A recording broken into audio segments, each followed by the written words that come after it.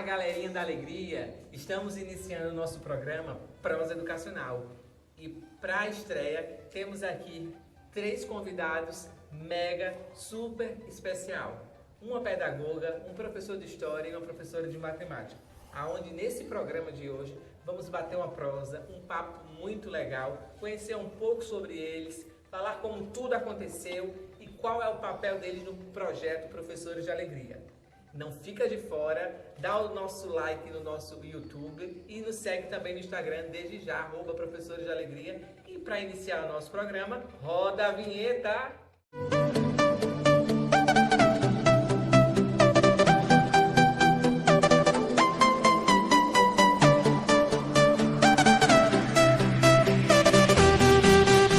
Olá, galerinha da alegria, estamos iniciando o nosso programa Prosa Educacional. E aqui comigo, no nosso palco, no nosso programa, está os nossos convidados especiais, o professor de História William Moraes. Olá, pessoal. A nossa pedagoga Janiele Santos. Olá, pessoal. E a nossa professora de matemática Viviane França. Olá, pessoal. E é com eles que eu vou compartilhar com vocês hoje uma prosa educacional com muito amor, com muita qualidade.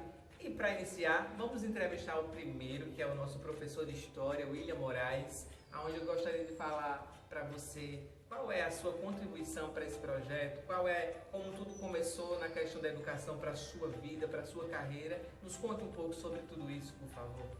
Bem, acerca da minha profissão, eu acredito que não foi nem tanto eu que a escolhi, ela que acabou me escolhendo.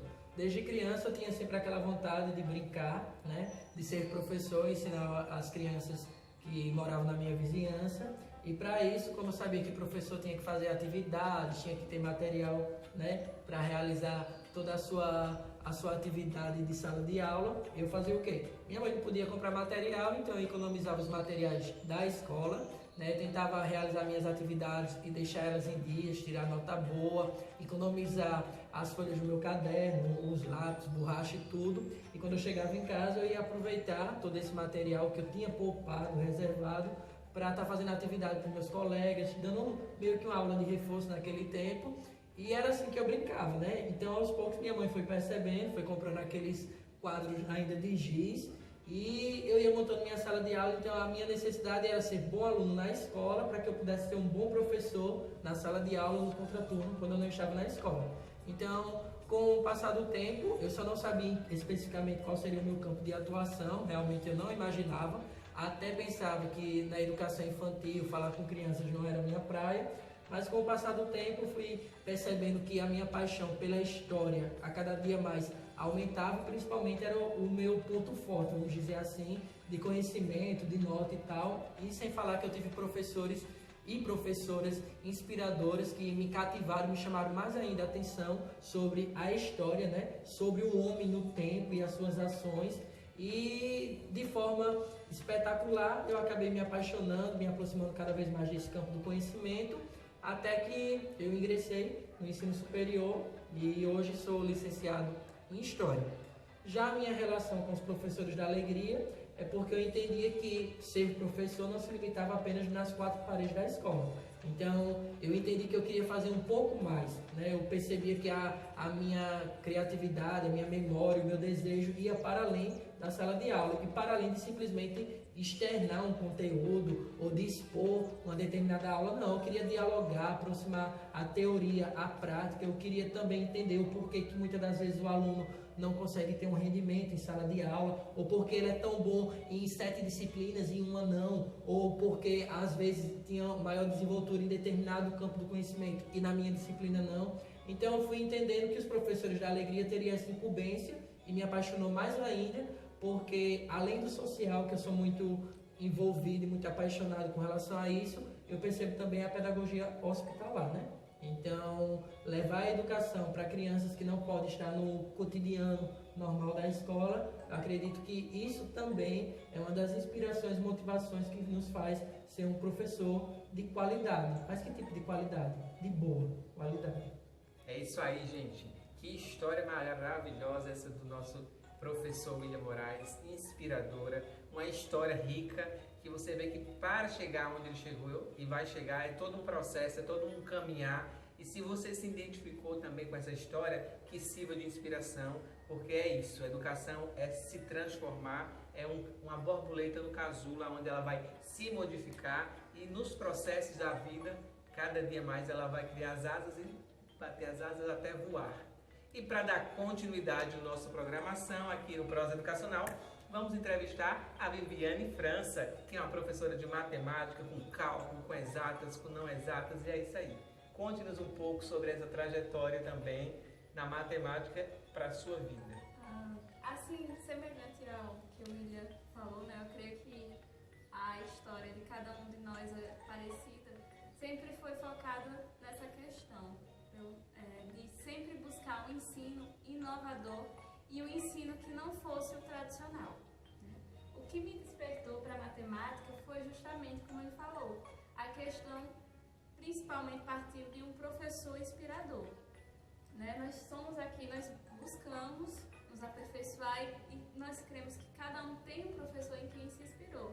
Eu tive um também que me despertou para uma matemática diferente, uma matemática que não fosse aquela difícil só do cálculo, mas uma matemática que fosse fácil tanto para o cálculo, tanto para o cotidiano.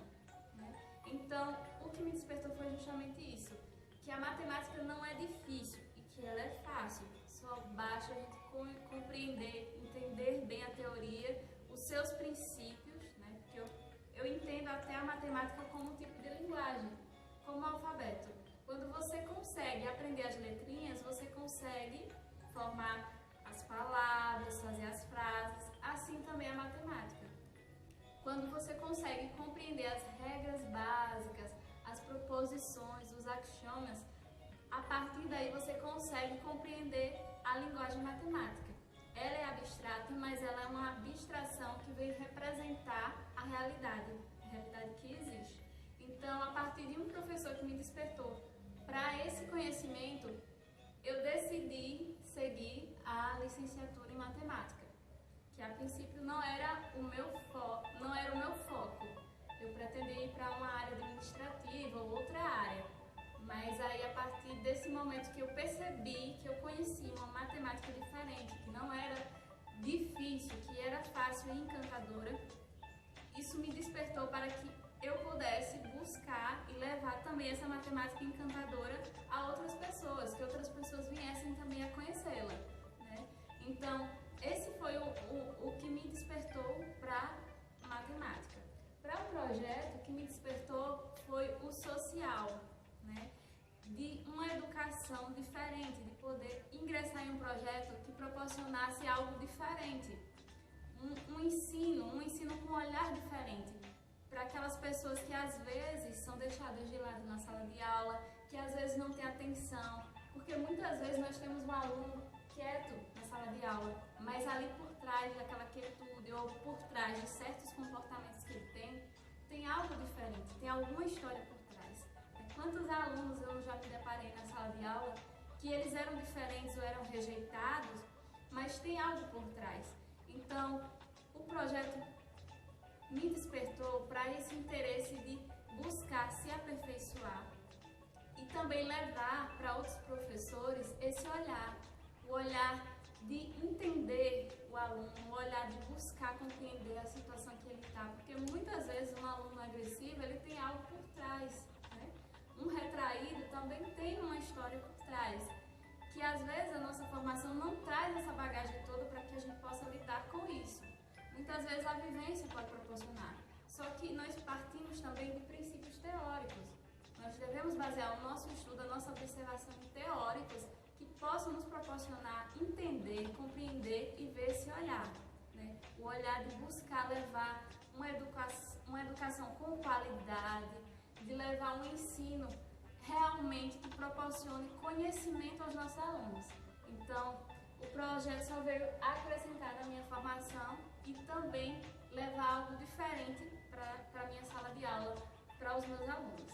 Interessante, Virginia, quando você pontuou, você ressaltou algo que eu já havia falado e você pontuou uma outra situação. A gente percebe o peso que a gente, como professor, dentro da sala de aula a gente tem e o que a gente reflete na vida do outro, Principalmente a gente tivemos professores que, por exemplo, nos marcaram, foram inspiradores para que a gente também seguisse, vamos dizer, na profissão de ser educador, né? E quando nós estamos dentro da sala de aula, mesmo que a gente não perceba, a gente também tem alguns alunos, né, pessoas que estão se inspirando, se espelhando em nós, né, enquanto pessoas, enquanto profissionais, e que muitas das vezes eles vão acabar despertando uma paixão, uma aptidão por aquilo que a gente faz com amor. Então, quando a gente faz por amor e com amor, a gente se revela muito do que nós somos e, mais ainda, desperta no outro o que ele já tem, o que ele já possui para ele levar adiante.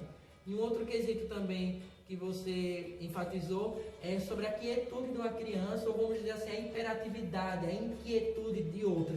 Nem sempre uma criança quieta ou um aluno quieto é sinônimo de aprendizagem. Ele está aprendendo, ele está se desenvolvendo.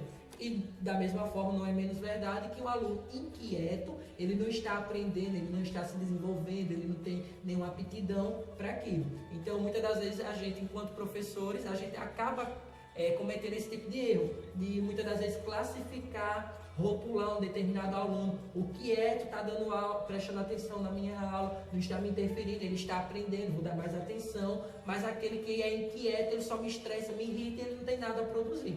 E eu falo isso porque eu tenho justamente esse contrassenso dentro da minha casa. Eu tenho 2 sobrinhos, apesar de ser irmãos, um é muito agitado, inquieto, dinâmico, hiperativo em alguns momentos, e a outra é mais retraída, é mais quieta. Aí às vezes eu achava que ela entendia mais coisas quando eu falava, quando a gente expressava alguma coisa, quando na verdade não. Às vezes um menino que estava brincando, jogando bola, estava lá na frente, na sala, lá no quintal. A gente conversava, citava o nome, contava um caso, ou perguntava alguma coisa a ele. E mesmo ele naquela agitação, ele conseguia entender, ele respondia, ele pegava o assunto no ar, enquanto a menina ficava parada e dizia assim, não entendi. Então, dentro disso, a gente consegue também perceber, e dentro da sala de aula não é diferente, porque a sala de aula não é homogênea. Cada um é um ser único e cada um vai revelar o seu nível de aprendizagem, né, o que ele está aprendendo, ele vai expressar de uma forma diferente. E muitas das vezes também, o que implica que, na maioria das vezes também, a gente acaba dizendo que o aluno ele só aprendeu o que a gente passou se ele atender devidamente aquilo que a gente quer que ele atenda, quando na verdade não é assim, né? A gente tem que entender que o aluno ele tem, da mesma forma que o conhecimento ele se manifesta de diversas formas, a gente também tem que entender que a aprendizagem do aluno pode ser devolvida, entre aspas, para a gente, né, ou para a vida dele, de uma forma que a gente nem espera. Não tem um ditame ou uma regra que só se aprende se retribuir ou se demonstrar de uma determinada forma. Muitas das vezes a gente acaba excluindo o aluno dentro da sala de aula por conta disso. Porque se ele atende aquilo que é proposto, ele aprendeu. Mas às vezes o aluno aprendeu, mas não sabe expressar daquela forma que a gente quer. E por isso ele deixou de aprender, é menos importante a contribuição dele? Eu acredito que não. E devemos levar isso para outros educadores, gestores, né, pais, que também não é assim que acontece, né? Que às vezes supervaloriza o fulano, o vizinho de cicrano, né? O filho do vizinho, mas não valoriza o seu aluno. Porque o outro tem um pensamento mais acelerado, a gente faz uma pergunta a ele, ele tem um raciocínio lógico, ele é bom orador, se desenvolve bem e tal, mas às vezes dentro da sua casa tem um que gosta mais da escrita, gosta mais da música, de um lado artístico, e por causa disso ele é menos desenvolvido cognitivamente? Não. E isso acaba dificultando muitas das vezes esse processo de aprendizagem do aluno, que é o que os professores da alegria querem levar. Não levar apenas um ensino com alegria, mas a gente sermos, dentro do nosso exercício, do nosso cotidiano, a própria alegria. A alegria do ensino, a alegria de fazer com que outros tenham acesso ao conhecimento, não apenas a informação, mas que ele tenha acesso à informação e ele produza da forma dele também o conhecimento. E isso para a gente eu acredito que nos torna com a nossa profissão de forma efetiva. Eu acredito que quando assim acontece, a gente desempenhou o nosso papel, a nossa aula realmente foi efetiva. Nas minhas aulas pelo menos se eu sair dentro da sala de aula com um aluno, aprendendo de forma efetiva aquilo que eu passei 50 minutos, 45 minutos em sala de aula, para mim já é realizatório, né? Enquanto para outros não é assim. Se a turma toda não aprender, então aquela aula não prestou e tal, e não é bem assim. Tem aqui muitos professores, acrescentando, né, que tem essa visão, né?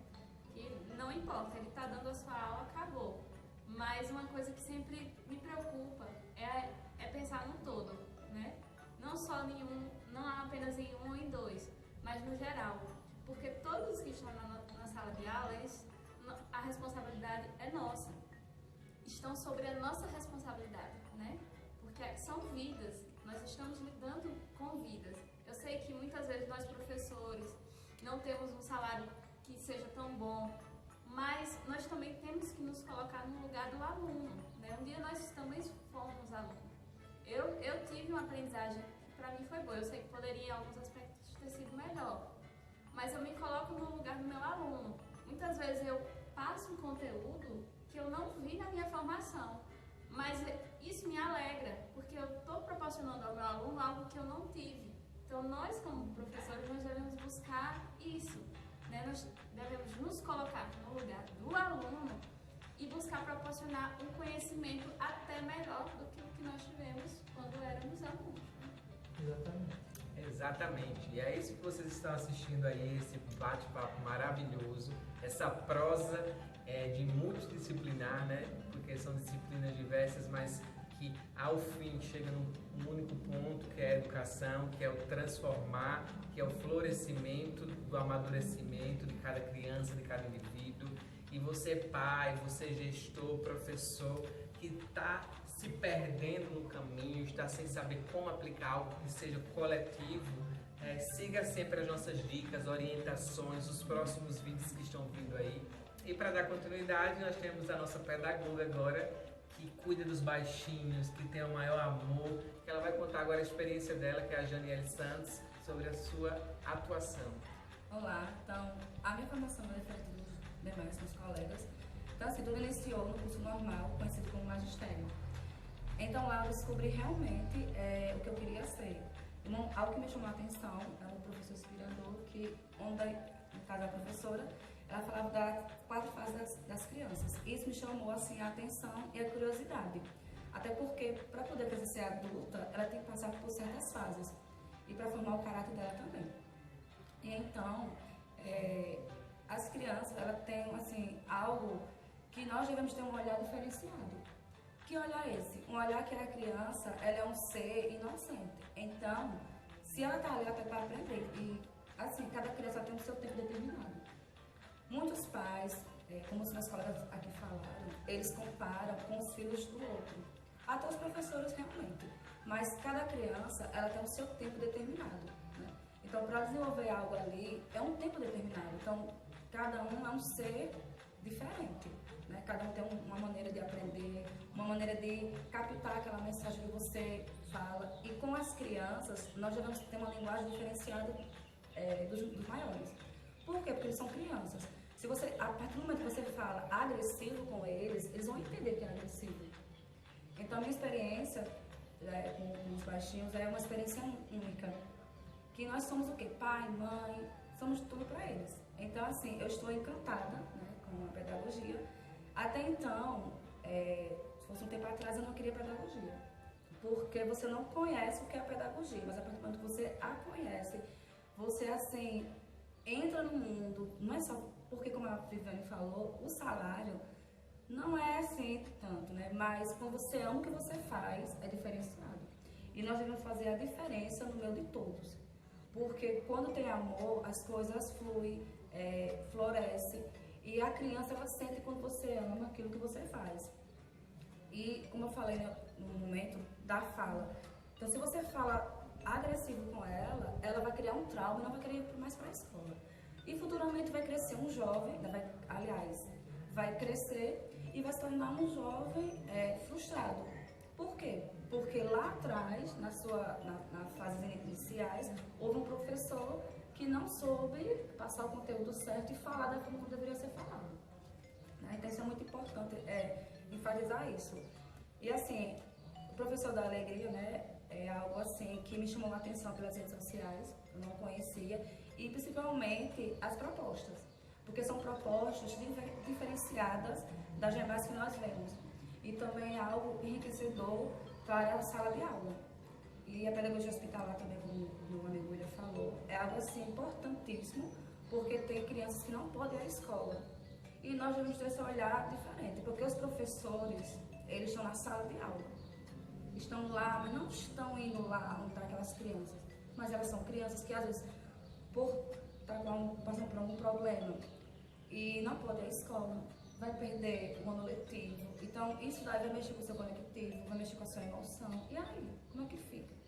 Então, nós fazemos esse trabalho diferenciado. Isso me chamou muita atenção por conta disso, porque eu trabalho com crianças, às vezes elas estão doentes e não podem ir para a escola e elas ficam preocupadas, ficam dizendo, tia, eu não posso ir. Imagina aquelas crianças que estão hospitalizadas, como está o seu emocional?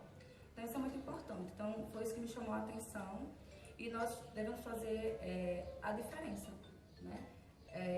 Ter um olhar de amor para com o outro, porque como os meus colegas falaram, né, que eles são professores de alunos maiores, eu sou com crianças, mas assim, a gente tem que ver o lado do aluno, não rotular, realmente é isso, porque temos professores, até nas crianças, né, rotular, uma criança é muito inteligente, às vezes ele é muito imperativo, eu não vou perder meu tempo com ele, é errado, então isso é erradíssimo, um profissional fazer isso, porque eu tenho 18 alunos, eles são de 3 anos, então cada um é diferente. Eu tenho uns que são bem imperativos, mas eu não vou deixar eles de lado. Então eu tenho que trabalhar isso neles também. Eu tenho que me moderar, né? Porque isso é muito importante, ser profissional em relação a isso. Né? Então vamos o quê? Vamos ter um olhar diferenciado. Se você ama realmente o que você quer, você faz com amor. E quando nós fizemos, aliás, quando a gente faz com amor, as coisas fluem, as coisas elas prosperam, florescem. E o aluno, ele vai ter você como inspirador. Lá na frente ele vai lembrar, poxa, aquela foi minha professora, eu vou me inspirar nela, eu fui meu professor. E às vezes, as crianças também passam por problemas em casa, né? São crianças, mas passam por problemas. Às vezes passam até por alguns problemas que, assim, que elas demonstram na sala de aula. E elas estão no momento delas. Então eu não vou forçar a ela a fazer uma atividade, porque ali ela pode ter apanhado, né, ter sofrido algum abuso, e assim por diante. Então eu tenho que ter esse olhar, né, eu tenho que ter esse amor, chegar até a criança, eu não vou forçar ela a fazer uma coisa que ela naquele momento ela não está em condição de fazer. Né? Então é isso. E vamos ter assim mais amor e ter um olhar mais amplo, um olhar crítico também em relação a tudo isso. É isso aí, gente. Que prosa maravilhosa é essa, né? Janiele pontuando todas as fases da criança, a questão de como lidar com a pedagogia, né? Que a pedagogia ela não é uma coisa atual, vem da antiguidade, que era chamados pedagogos, que eram os escravos que conduziam as crianças até a escola. É uma história assim maravilhosa, onde a gente precisa ter o lúdico como inspiração, ter a didática correta para conduzir tudo direitinho, porque como a Janiele falou, né? As crianças elas são diferentes, porém temos que trabalhar por igual, né? É a igualdade junto com a diferença. Esse é o misto da inclusão, aonde a gente mistura, faz toda aquela preparação da massa, do bolo, do fermento para poder chegar no denominador comum, que é o bolo, que é a formação daqueles vários ingredientes. Talvez você esteja aí assistindo e você diga, eita, que dicas maravilhosas, vou aplicá-las. Então, não nos deixe, assim, de seguir as nossas redes sociais, não deixe de estar sempre aí, ó, dando uma olhadinha nas nossas dicas, postagens, vídeos, e também corre lá no nosso YouTube, porque lá o nosso canal também está recheado com vídeos inéditos, completos. E se você quer ficar por dentro de mais conteúdos como o nosso, é só seguir a gente no @Professores de Alegria, e é com a imensa satisfação que eu agradeço a cada um dos entrevistados que aqui esteve presente no nosso programa, e até a próxima, se Deus quiser. Tchau.